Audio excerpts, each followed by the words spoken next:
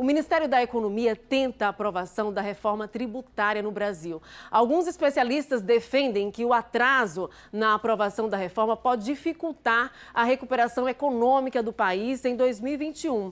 Os textos estão tramitando no Congresso, mas para tirar algumas dúvidas, principalmente em como essa reforma vai impactar na sua vida, na vida da população, eu converso a partir de agora com o advogado Gustavo Fontes Figueiredo, especialista em direito tributário pela Fundação Getúlio Vargas e membro da Comissão de Estudos Tributários da OAB Sergipe. Muito obrigada pela participação, pela conexão online desde já. Quais são as principais alterações que vão impactar na vida da população? Bom dia.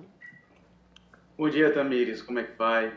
Eu agradeço essa oportunidade de conversar com vocês sobre esse tema tão complicado ao mesmo tempo, né, mas importantíssimo para o dia a dia de todos nós, né? É bom lembrar, só antes da gente começar a entrar no assunto, né, que às vezes, muitas vezes as pessoas acham que não pagam tributos porque não tem uma renda tal, mas na verdade todo mundo paga, né? Porque ou se paga na renda, né, mas também se paga na propriedade, IPTU, IPVA, mesmo quem tem uma moto paga, e principalmente se paga no consumo, né? Vai se comprar qualquer coisa no mercado, por exemplo, quase qualquer coisa, você vai pagar ICMS, por exemplo.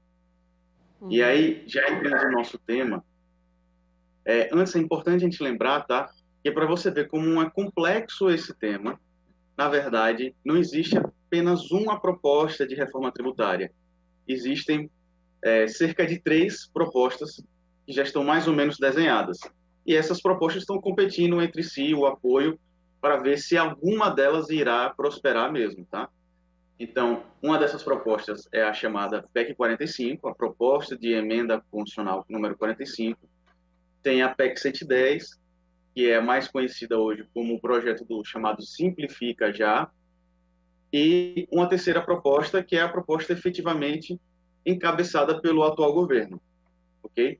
E cada uma dessas tem diversos pontos de complexidade, mas a gente pode resumir as 3 em um objetivo comum, tá? As 3 têm o maior objetivo delas, é justamente simplificar esse sistema tributário que temos no Brasil, né?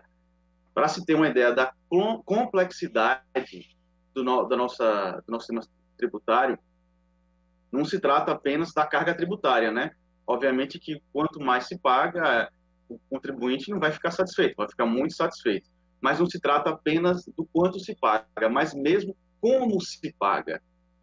Hoje, no Brasil, o que dizem os estudos internacionais é que o Brasil é o país, entre todos do mundo, com o maior custo por hora para declarar um tributo, para declarar os tributos.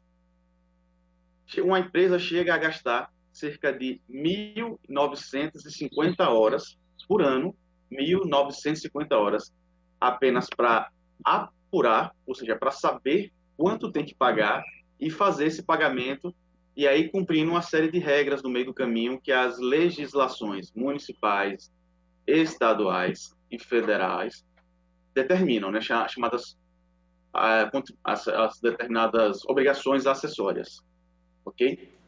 Então, o primeiro objetivo, né, isso é urgente mesmo, tá? Independente da questão da carga tributária, é primeiro reduzir a complexidade do nosso sistema tributário, porque uma vez que isso venha a acontecer, a gente já teria aí, digamos, uma redução indireta da carga tributária, porque cada empresa, como eu disse, gasta tantas horas, e essas horas são gastas através de funcionários, né?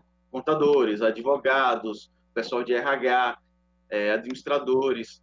Então, as empresas em geral já economizariam muitas e muitas horas, e, portanto, muito e muito dinheiro com essas obrigações, tá? A gente pode aprofundar cada uma dessas temáticas. Certo. Eu elenquei alguns pontos aqui. Por exemplo, no Congresso, a proposta de unificação dos impostos incluiria aí o IPI, o ICMS e o ISS com alíquota de 25%. Esse é um dos pontos. Isso. Essa é uma das propostas, ok? Na verdade, como eu disse, são 3 propostas, tá? Então, essa proposta de englobar esses 3 tributos, né, IPI, ICMS e ISS, essa estaria dentro da proposta do governo, ok? A PEC 45, por exemplo, que é uma das que está mais avançada, uma das propostas mais antigas no Congresso também, essa seria até um pouco mais ousada. Além desses três, também ia englobar a PIS e a COFINS. Esses 5 tributos, IPI, ICMS, ICI, PIS e COFINS, tá? Eles hoje são os que têm a maior representatividade na carga tributária do consumo, né? Então, por exemplo, se a gente for pegar uma conta de telefonia, nossa, cada um pegar sua conta de telefonia em casa, vai ver que lá a gente tem um valor muito grande de ICMS, 25%, 27% de ICMS. E além desse valor de ICMS, também tem lá algum valor de PIS e COFINS, que é pago sobre a nossa conta, dentro da nossa conta de telefonia. Telefonia, internet, igualmente. E vejam que ninguém vive hoje sem telefone ou sem internet. Então, são serviços essenciais, essencialíssimos, para trabalhar e para viver, ter uma vida comum. E mesmo para serviços tão importantes, nós temos uma carga tributária gigante. Isso eu só estou falando só de ICMS e PIS/COFINS. Sobre esses serviços, ainda vão incidir outras taxas, por exemplo. Tá? Então, a ideia é que para algumas atividades que têm uma carga tributária muito alta, como essa de telefonia, internet, telecomunicações em geral, ok, muito alta no consumo, a unificação desses tributos, seja por meio da proposta do governo, que é unificando 3 impostos, né, IPI, ICMS e ISS, em um só, e trazendo uma outra contribuição que unificaria PIS/COFINS, a chamada CBS, ou através da proposta da PEC 45, que unificaria esses 5 num imposto só, teria-se aí uma redução da carga tributária, em tese. Porque se imagina, né? Lembrando que tudo isso que a gente está conversando aqui, ainda muita coisa está sendo discutida. Na verdade, tudo está sendo discutido, e algumas coisas nem estão no papel ainda são apenas informações de entrevistas, de informações de bastidores. Então, em tese, essa carga tributária reduziria para 25%, né? Ia somar todos esses tributos e ia ficar 25%, por exemplo, para telecomunicações. Você teria, assim, uma redução nesse serviço de internet, de telefonia, por exemplo, mas, ao mesmo tempo, é possível que a gente tivesse, na verdade, teria um aumento muito considerável dessa mesma carga tributária, ok? Em outras atividades.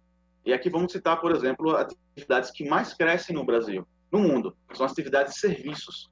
As atividades do setor de serviços são as que mais crescem, ainda mais nesse mundo virtualizado, né? Em que os serviços digitais são os mais importantes. E nesse momento de pandemia, então, são eles que estão florescendo, né? Que tem a oportunidade de prestar sua atividade de forma virtual, mais ou menos ele não está levando... consegue me ouvir aí, mas a gente vai agradecer, então, a participação dele. Lembrando que essa reforma aí prevê vários pontos, inclusive a criação de um novo imposto sobre pagamentos feitos digitalmente, de forma digital. Então, são muitos pontos. Eu agradeço a sua participação. Bom dia. Bom dia, obrigado. Quero agradecer ao Cleison também pela oportunidade. Obrigada. 7 horas e